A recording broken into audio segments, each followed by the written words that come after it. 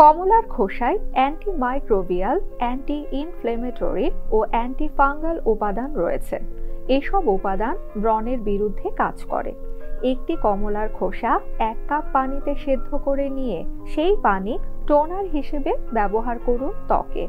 Vitamin C ও antioxidant সমৃদ্ধ কমলার খোসা ত্বক উজ্জ্বল করে প্রাকৃতিকভাবে। 1 চা চামচ কমলার খোসার গুঁড়ার সঙ্গে 2 চা চামচ টক দই মিশিয়ে পেস্ট তৈরি করুন। পেস্টটি ত্বকে লাগিয়ে 20 মিনিট অপেক্ষা করুন। ঠান্ডা পানি দিয়ে ধুয়ে নিন ত্বক। নিয়মিত ব্যবহারে ত্বক হবে উজ্জ্বল, কোমল ও প্রাণবন্ত।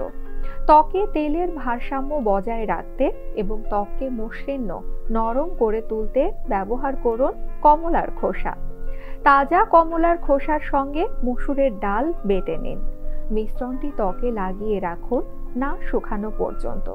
রোদের তাপে ত্বক কালচে হয়ে গেলে এই ফেস প্যাকটি ব্যবহার করতে পারেন।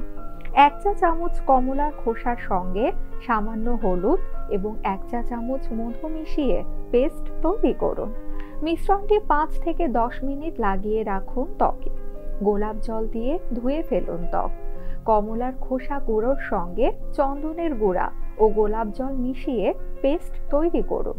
এটি ত্বকের রুক্ষতা দূর করবে।